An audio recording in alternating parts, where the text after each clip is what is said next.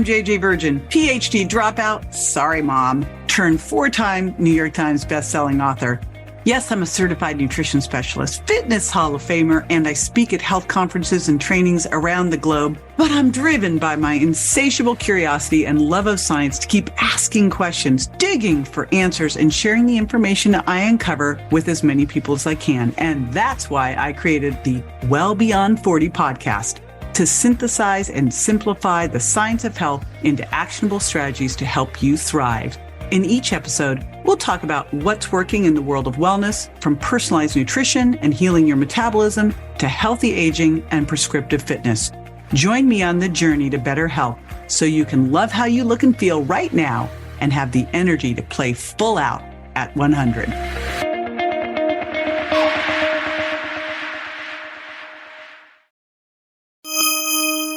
If you want to lose belly fat, guess what?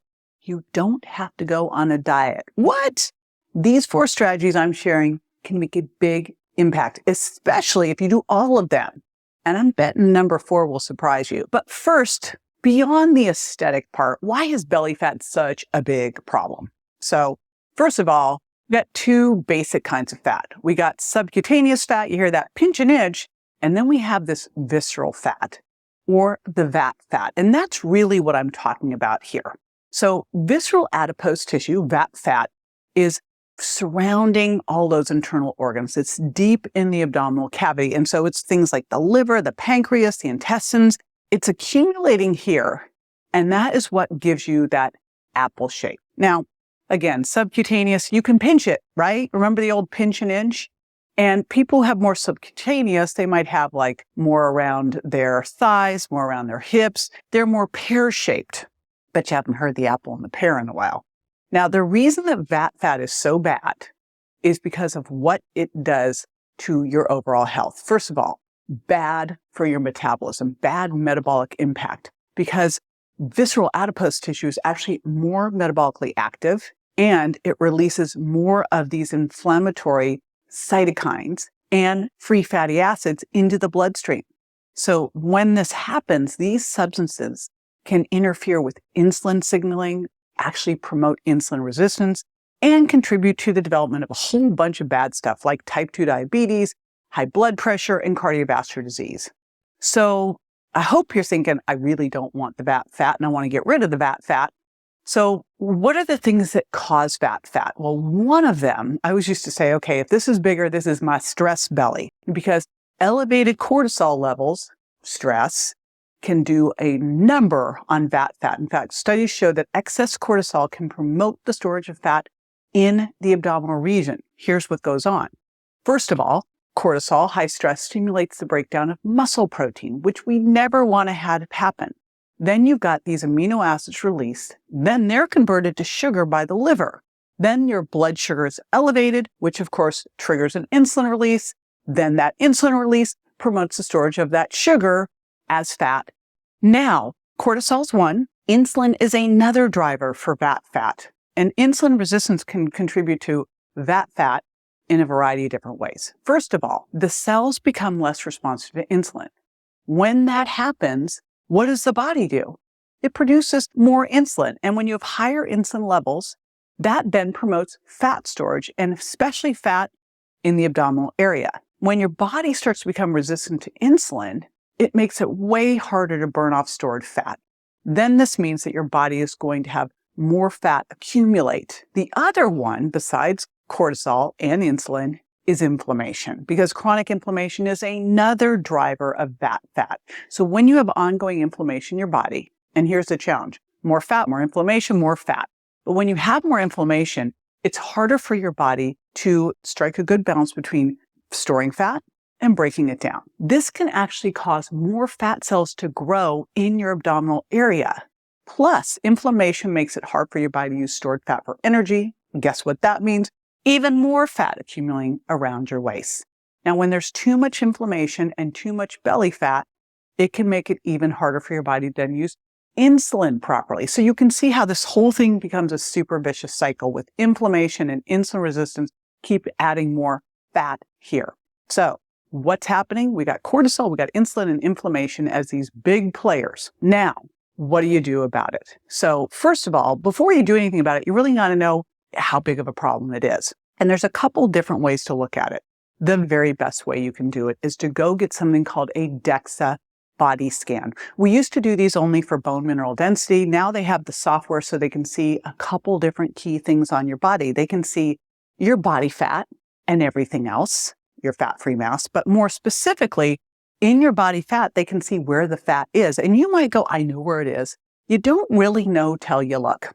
The other key thing you're going to find out here is in your fat-free mass, how much is skeletal muscle? How balanced is that skeletal muscle? Do you have enough of that skeletal muscle? Because remember, if you're losing weight, but you're losing skeletal muscle, you're making yourself worse, not better. Now, there's another piece to that. If you're losing weight without losing your waist, you're also making yourself worse. So one of the simplest tools that you can use to really help you monitor visceral adipose tissue, it's an easy one. It's a tape measure. And what you want to do is measure your waist and compare it to your height. And you want to make sure, again, if you are trying to lose weight, you want to hold on to your muscle, or better yet, increase it and lose body fat. Okay? Super duper important. Once you know where it is, how much you have, next step is, what do you do about it? So I'm going to give you 4 areas to focus on besides dieting. Now, here's the thing. Okay, I'm saying you don't have to diet, but of course, if your diet's upgraded, it's going to work way better. So I'm going to give you one thing to increase in your diet that's going to help here. Spoiler alert, these are going to work best, all these strategies, when you do this with an eat protein first, eat by the clock, eat by the plate approach.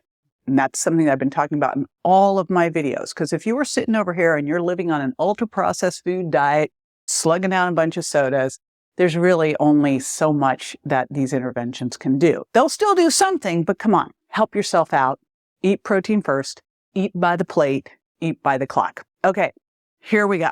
Number 1, exercise. Okay, I'm cheating a bit here because I'm going to talk about 4 different things in exercise. I'm giving it the big umbrella. First one, high intensity interval training. In fact, there are so many studies showing that high intensity interval training is so key for burning off visceral adipose tissue. So before I explain how it does it, I'm going to first tell you what high intensity interval training is. So you probably heard of zone 2 or steady state training, that kind of in your fat burning zone where you're just able to carry on a conversation, a little breathy. That's not what this is. What this is, let's say that you're used to going out for a jog steady state. What you want to do instead for high intensity interval training is go out, move for about 3 minutes, and then go all out for 10 to 30 seconds, up to a minute. But here's the thing. Don't pace yourself. Ideally, you want to go as hard as possible to a point where you go, I cannot do another one. Sprinting. I've been sprinting on a self-propelled treadmill. Holy smokes. So I try to burn myself out somewhere 30 seconds or less, and then I walk it off until I get my breath close to back again. And then I do it again and I walk it off. And generally what you'll see is, depending on how hard you're going and how fit you are, because the fitter you are, the faster you recover, you might have to do, let's say if you did 30 seconds hard, it might take you a minute to a minute and a half to recover, 2 to 3 times as long. Totally fine. Fitter you are, the faster you'll recover. But the harder you go, the longer it'll take too. So you really want to push on this. And by the way, here's the thing that you got to know. It doesn't get easier because you just keep pushing yourself more. You know, I had someone tell me, oh my gosh, now I can do that HIIT cycle 4 minutes hard. I go, that you're not doing it hard enough, because you should really, within 30 seconds, go, I cannot do another step. And then you walk it off. Why am I making you do this? Well, this is a huge metabolic cost to your body because it creates this big oxygen debt, and then you have to pay it back. And how do you pay it back? With increased metabolism post-exercise. Right? It's big for improving insulin sensitivity, because when you're working at that level, you are depleting the carbohydrate stores in your muscles. When you do that, now when you eat carbs, they have a place to go that isn't in your fat stores. Yay. And it also, post-exercise, makes your body better at breaking down fat. So I want you to do this 2 to 3 times a week. When you're not doing this, I want you to do resistance training. Resistance training is mission critical. The first place we start to lose our insulin sensitivity is in our muscles. And if you are not using your muscles, you are losing your muscles. Starting at age 40, we lose up to 1% of our muscle mass a year, 2 to 4% of our strength, and up to 6% of our power. And it starts to double at age 60. And I say, not on my watch. So you got to be doing resistance training. That means lifting heavy things for you, How heavy? Depends how much you can lift. You want to be working to a point somewhere, and by the way, it's pretty broad range, but somewhere between 8 repetitions and 30 repetitions, multiple sets. But by the time you get towards the end, you should feel like you have to stop, that you're really getting to your max, that you're getting to that point of failure. So I'll go into the gym 3 times a week. I will do big compound movements like squats, like push-ups, like pull-ups, like overhead presses, chest presses, deadlifts. And I will get to the point on the last couple sets where I really feel like I cannot do another one. That's what you want to get to. That is going to help your body go into muscle protein synthesis, repair, rebuild. That activity is going to, more muscle is going to boost your basal metabolic rate. The work your body has to do after the exercise is going to improve your metabolic rate. And again, you're building muscle that is your sugar sponge that gives carbs a place to land, and you're improving insulin sensitivity. So 3 times a week, you're doing resistance training for big body parts, your upper body pushing, your upper body pulling, your hips and thighs, your hinging. And my core, if I'm doing those types of things, is involved in everything.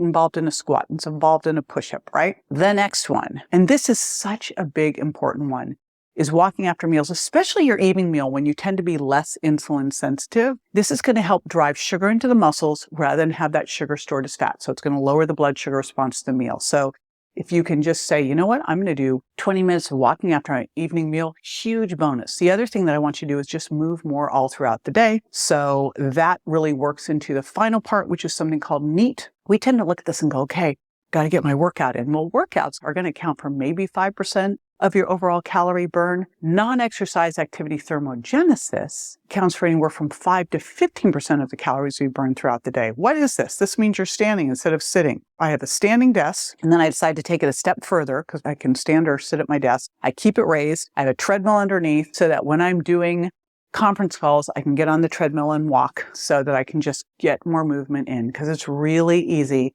to just kind of sink in a chair and not move all day. So set your little alarm on your watch, use an Oura Ring or an Apple Watch.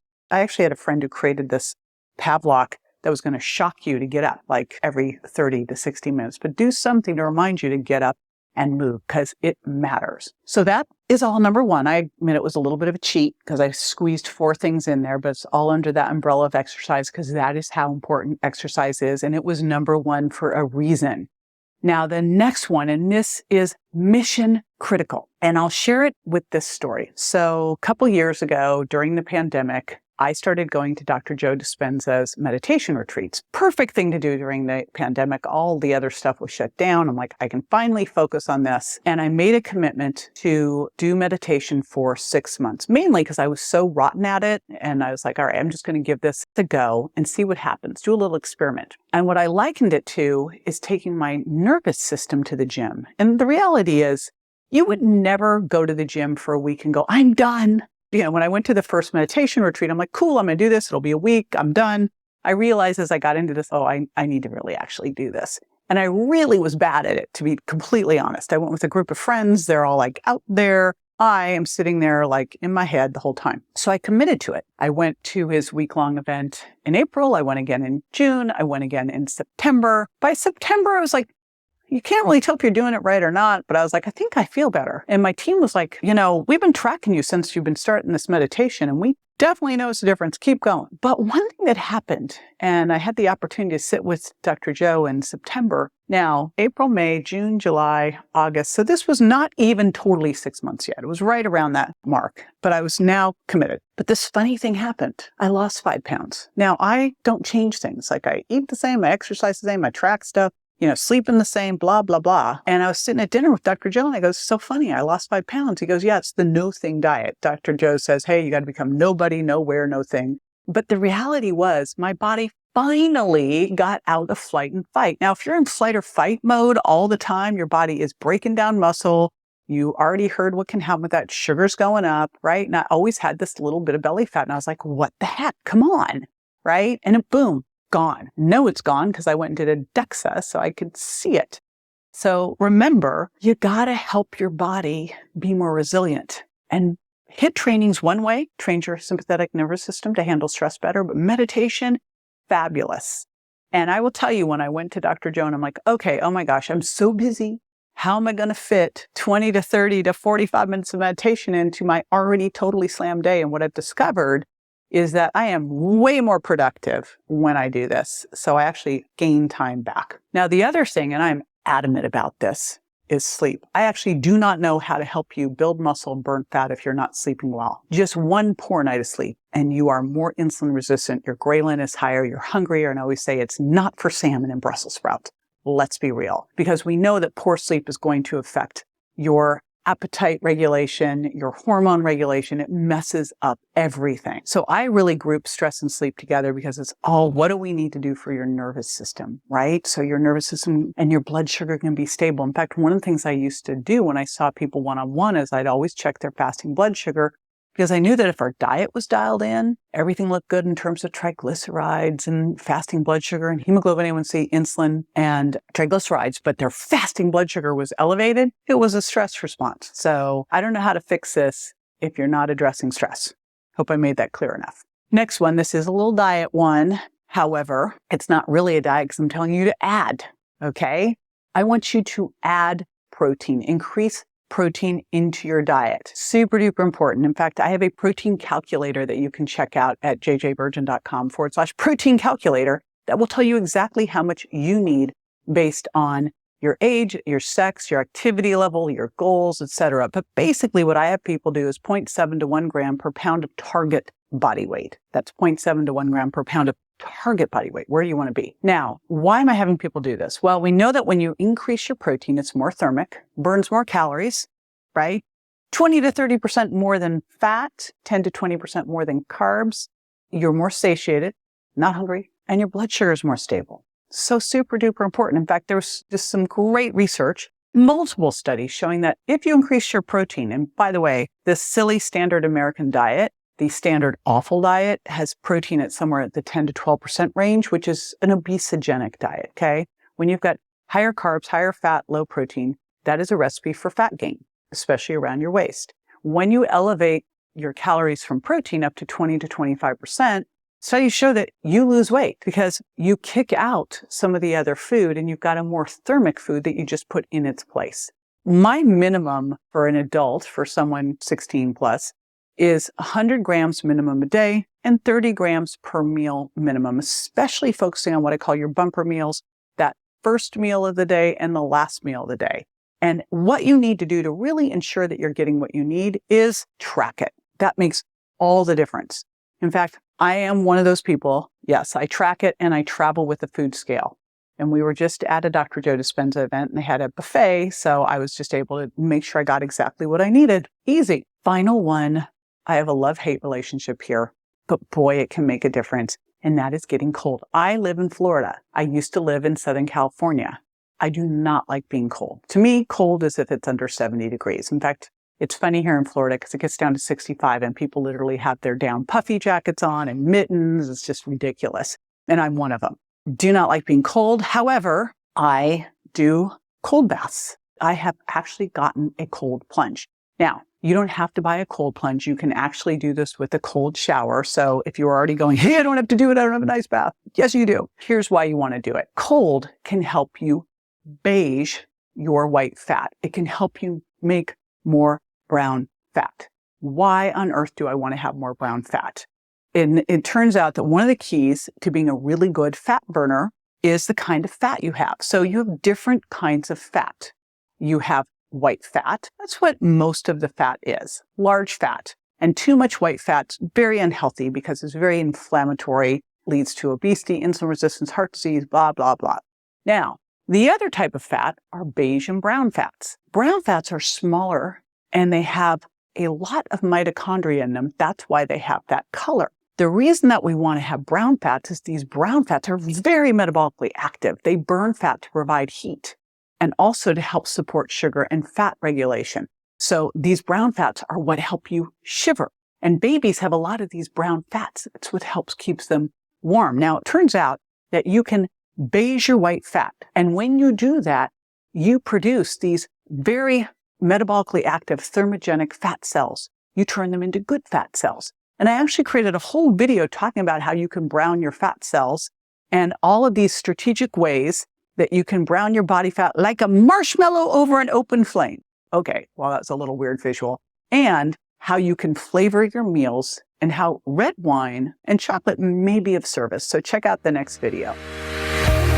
Be sure to join me next time for more tools, tips, and techniques you can incorporate into everyday life to ensure you look and feel great, and more importantly, that you're built to last. And check me out on Instagram, Facebook, YouTube, and my website, jjvirgin.com.